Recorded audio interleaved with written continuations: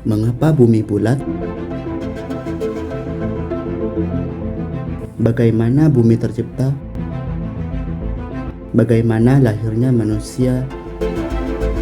Atau Tuhan itu apa? Itulah sifat dasar manusia, di mana selalu memiliki sifat penasaran dan ingin mengetahui kebenaran. Dari sebuah pertanyaan itu, maka muncullah sebuah ilmu pengetahuan yang menjadi induk dari semua ilmu yang pernah kita pelajari di sekolah sekarang. Ini dia filsafat.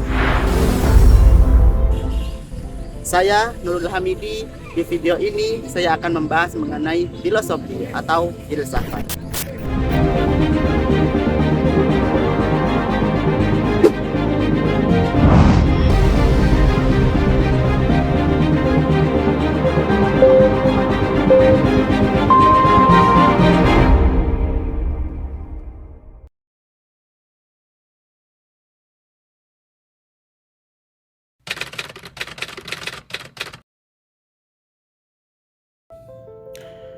Filsafat adalah suatu pandangan atau pola pikir kita tentang dunia dan segala macam hal di dalamnya. Filsafat melahirkan pemikiran-pemikiran soal berbagai macam hal di dunia dan mencari suatu kebenaran akan hal tersebut dengan menggunakan pendekatan yang lebih dalam dan bermakna. Orang-orang yang mempelajari filsafat dinamakan seorang filsuf. Singkatnya, filsafat adalah cara pandang kita terhadap aspek kehidupan yang mempengaruhi kehidupan kita. Meskipun bagi sebagian orang, cara berpikir dalam ilmu filsafat dipandang sebagai suatu hal yang berbelit-belit dan membosankan. Bahkan dianggap sudah di luar akal sehat. Bahkan banyak yang beranggapan bahwa belajar ilmu filsafat dikatakan tidak beragama. Ciri-ciri pemikiran filsafat itu sendiri, yang pertama universal atau menyeluruh. Gagasan dan pemikiran bersifat menyeluruh karena tidak membatasi diri dan ditinjau dari banyak sudut pandang dan tidak hanya pada objek tertentu. Kedua, mendasar. Pemikiran yang dalam tidak hanya berhenti pada kulitnya, tapi tembus sampai akar-akarnya sehingga tidak ada hal yang terlewat. Ketiga, spekulatif. Hasil pemikiran yang dapat dijadikan dasar bagi pemikiran selanjutnya. Jadi, berhubungan antara setiap gagasan yang dinyatakan. Filsafat memiliki sejarah panjang yang dimulai dari masa-masa peradaban nenek moyang kita. Mencoba menjawab banyak pertanyaan besar. Dari situlah pertanyaan lahir dan mulai dikembangkan melalui bentuk kepercayaan dan pengetahuan. Pada zaman Yunani kuno, banyak dilahirkan para filsuf hebat seperti Aristoteles, Socrates, Plato, dan lain-lain. Mereka melahirkan begitu banyak cara berpikir dari berbagai bidang. Dan dengan cara berpikir mereka menjadi inspirasi lahirnya dasar ilmu pengetahuan. Contohnya, filsafat digunakan untuk studi agama, sains, sosial kehidupan, sejarah, geografi, hingga ke ranah politik dan ekonomi. Isi filsafat ditentukan oleh objek apa aja yang dipikirkan. Objek yang dipikirkan oleh filsafat ialah segala yang ada dan mungkin ada. Objek filsafat terdiri dari dua macam, yaitu material dan formal. Objek material filsafat ialah segala sesuatu yang menjadi masalah, segala sesuatu yang dimasalahkan oleh filsafat, baik yang konkret maupun abstrak, dan dapat berupa kenyataan pikiran atau kemungkinan. Objek formal filsafat adalah sudut pandang yang digunakan untuk memahami objek materialnya. Tujuan besar dari filsafat sendiri sebenarnya ada pada arti dibalik namanya itu sendiri, philo dan sophie, yaitu cinta dan kebijakan. Dengan adanya filosofi, maka dapat membuka diri dengan lebih banyak cara berpikir dan Ujungnya tak hanya menjadi orang pintar, namun kita bisa menilai kehidupan lebih baik dan lebih bijak.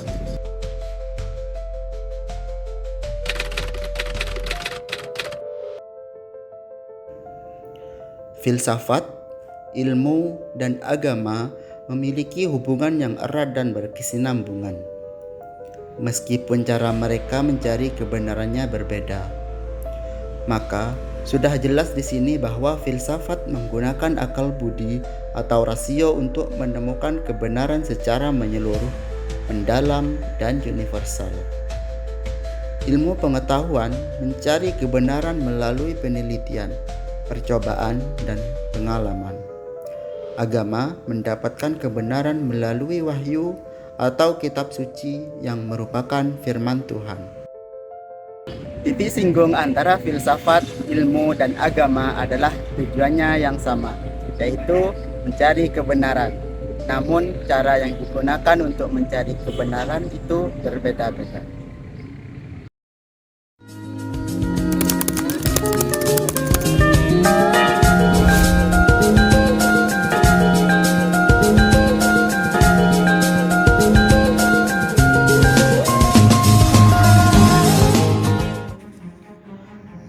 Sebelum peradaban Yunani kuno, masyarakat dalam menjalani kehidupannya sering mengaitkan hal-hal spiritual dalam memahami, menjelaskan, dan melakukan sesuatu.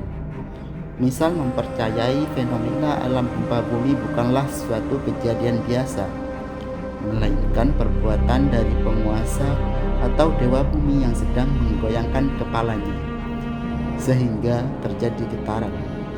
Yunani zaman dulu percaya akan mitos dan dongeng masyarakat. Filsafat Prasokrates adalah periode awal filsafat Yunani kuno, sebelum masa Sokrates.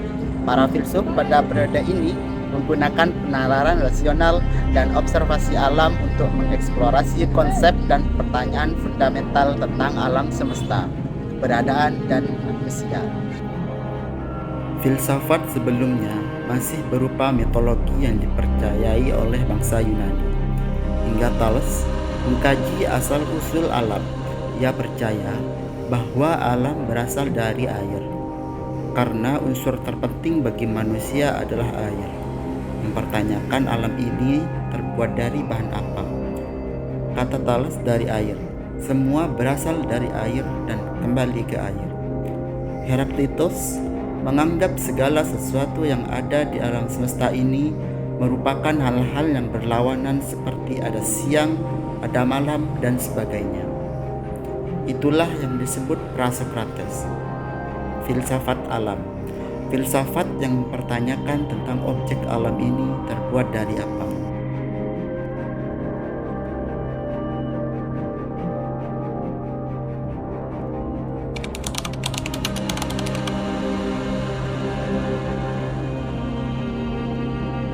Awal munculnya filsafat ditandai dengan memudarnya kepercayaan terkait mitos-mitos yang mengaitkan segala fenomena alam dengan perbuatan dewa-dewa.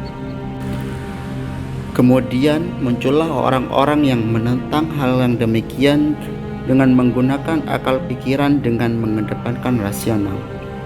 Perkembangan sejarah filsafat di dunia barat dapat dibagi dalam 4 periode. Periode ini didasarkan atas ciri pemikiran yang dominan pada waktu itu. Pertama adalah zaman Yunani kuno atau periode klasik. Ciri pemikiran filsafat adalah kosmosentris, yakni para filosof masa ini mempertahankan asal-usul alam semesta dan jagat raya. Kedua adalah zaman abad pertengahan.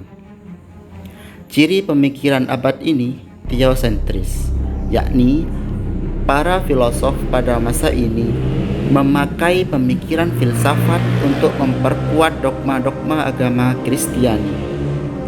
Ketiga adalah zaman abad modern. Para filosof menjadikan manusia sebagai pusat analis filsafat yang disebut antroposentris.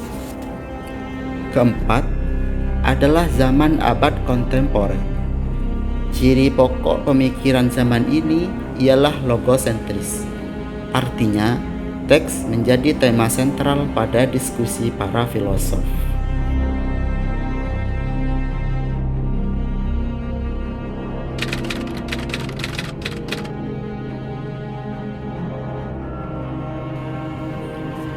Filsafat klasik merupakan cabang filsafat yang berfokus pada pemikiran para filsuf terkemuka dari zaman kuno, seperti Sokrates, Plato, dan Aristoteles. Filsafat klasik melibatkan pemikiran tentang berbagai topik penting, seperti etika, bagaimana kita seharusnya hidup, metafisika, hakikat kebenaran, dan logika, cara berpikir yang benar. Para filsuf klasik berusaha menjawab pertanyaan-pertanyaan fundamental tentang dunia dan kehidupan manusia. Sokrates terkenal dengan metode dialektiknya yang mengandalkan dialog dan pertanyaan. Sementara Plato lebih suka menggunakan tulisan untuk menyampaikan gagasannya, khususnya melalui dialog-dialog dalam karyanya. Aristoteles di sisi lain cenderung lebih analitis dan sistematis dalam pendekatannya. Plato adalah murid dari Aristoteles, sedangkan Aristoteles adalah murid dari Plato. Meskipun Plato dan Aristoteles merupakan guru dan murid, akan tetapi kedua orang ini memiliki satu sudut pandang pemikiran yang berbeda.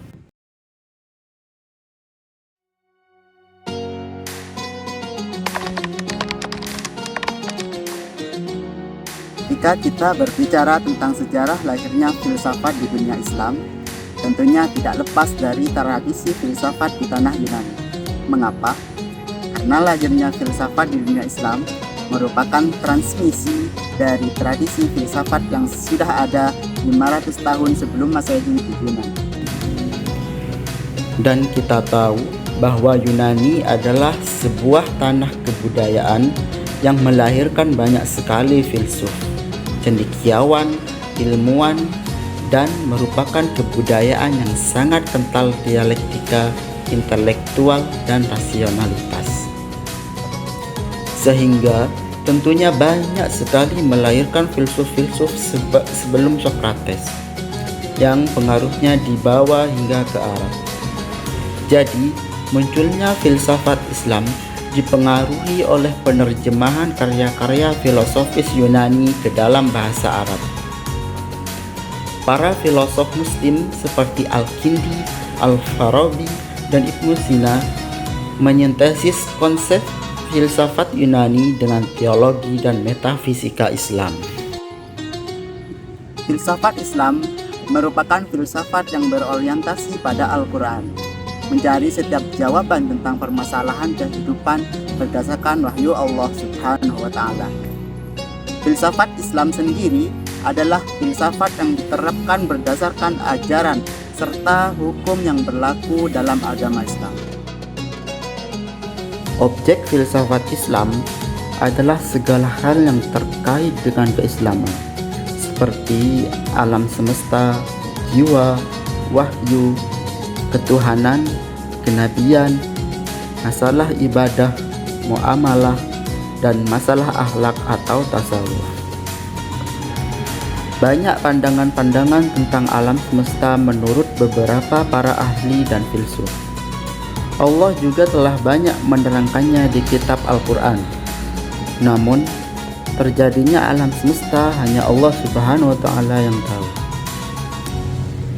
Menurut salah seorang filsuf Al-Ghazali, baginya hanya Allah yang qadim, artinya adalah Allah tidak diawali dengan tidak ada.